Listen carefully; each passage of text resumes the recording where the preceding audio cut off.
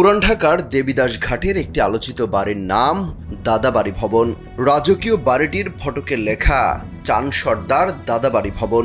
বাড়িটি যেন বিশেষ কোনো বাহিনীর সদর দপ্তর।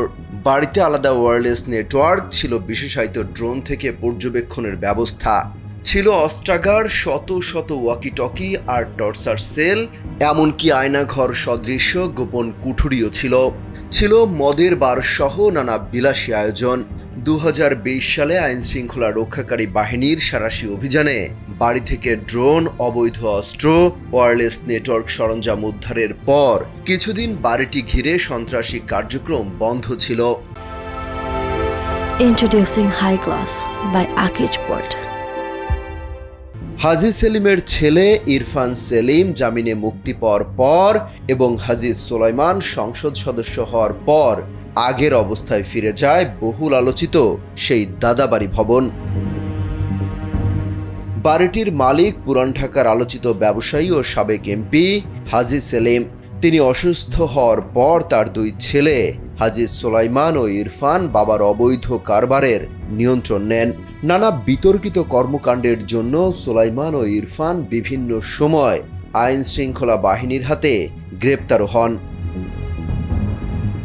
বহুল আলোচিত ব্যবসায়ী ও রাজনীতিবিদ হাজী সেলিমকে নিয়ে রূপকথার মতো অনেক গল্প প্রচলিত আছে। তার বিরুদ্ধে দুদকের একাধিক মামলা ও অভিযোগের অনুসন্ধান চলছে। দুদকের প্রতিবেদনে বলা হয়েছে, 90-এর দশকে বিএনপি নেতা মীর শওকতের হাত ধরে রাজনীতিতে উত্থান হয় এক সময়ের পুরান ঢাকার লেবার সর্দার সেলিমের। 1994 সালে তিনি বিএনপির সমর্থন নিয়ে ঢাকা সিটি কর্পোরেশনের 65 ও 66 নম্বর ওয়ার্ডে গরুর গাড়ি প্রতীক নিয়ে কমিশনার নির্বাচিত হন। 1996 সালের জাতীয় সংসদ নির্বাচনে অংশ নিয়ে বিএনপির মনোনয়ন চেয়েছিলেন তিনি। বিএনপির টিকিট না পেয়ে যোগ দেন আওয়ামী লীগে। দল থেকে পেয়েও যান সংসদ নির্বাচনের কাঙ্ক্ষিত টিকিট। লালবাগ, হাজারীবাগ ও কামরাঙ্গীরচর থানা নিয়ে গঠিত আসন থেকে এমপি নির্বাচিত হন তিনি। ক্ষমতার মসনদে বসে সম্পদের পাহাড় গড়েন তিনি। গড়ে তোলেন মদিনা গ্রুপ সহ বিভিন্ন ব্যবসা প্রতিষ্ঠান। 1999 সালের মধ্যেই হাজী সেলিমের মদিনা গ্রুপের বার্ষিক টার্নওভার 600 কোটি টাকার বেশি হয়। পরের অর্থ বছরগুলোতে এই সংখ্যা শুধুই বাড়তে থাকে।